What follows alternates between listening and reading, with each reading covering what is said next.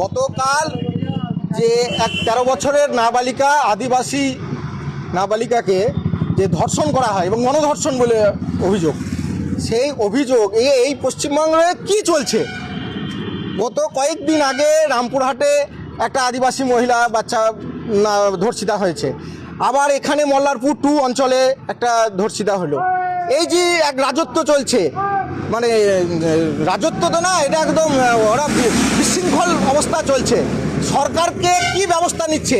যারা ধর্ষক তাদের প্রতি সরকার ব্যবস্থা নিচ্ছে না বলে আজকে রাজ্যের অবস্থা খারাপ।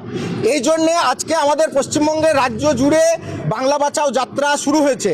এই বাংলা বাঁচাও যাত্রার সময় আমাদের এখানে যে কর্মসূচি চলছে তাতে আমরা জানতে পারছি যে এখানে মল্লারপুর 2 অঞ্চলে যে ধর্ষণ হয়েছে তার কারণে আমরা থানায় এসে আমাদের মহিলা সমিতির তরফ থেকে, সারা ভারত গণতান্ত্রিক মহিলা সমিতির তরফ থেকে এসে এখানে থানায় ডেপুটেশন এবং বিক্ষোভ দেখানো হচ্ছে।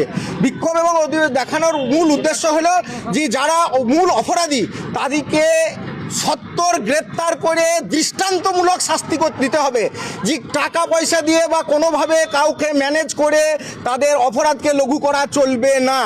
আমাদের মূলত দাবি হলো রাজ্যের সমস্ত ধর্ষক, সমস্ত অপরাধীকে দৃষ্টান্তমূলক দাবি, মানে শাস্তির দাবি আমাদের। এই দাবিকে জোরালো করতে আমাদের মহিলা নেত্রীরা থানায় গিয়েছে। থানায় যাচ্ছে এখন যে শুধু আদিবাসী সম্প্রদায়ের মানুষের ধর্ষণ, এইটাই তো কথা যে এই মুহূর্তে গরিব মানুষ আদিবাসীর উপরে অত্যাচার ভীষণভাবে নেমে এসেছে। 2011 সাল পর্যন্ত বামফ্রন্ট সরকার থাকাকালীন যে আদিবাসীদের ওপরে গরিব মানুষ, তফসিল উপজাতি, সংখ্যালঘু এদের উপরে তাদেরকে নয়নের মণির মতো ছাতার মতো আগলে রেখেছিল। আজকে এই সরকার আসার পর থেকে সংখ্যালঘুদের ওপরে, আদিবাসীদের ওপরে, সমস্ত শ্রেণীর গরিব মানুষের ওপরে অত্যাচার নেমে এসেছে।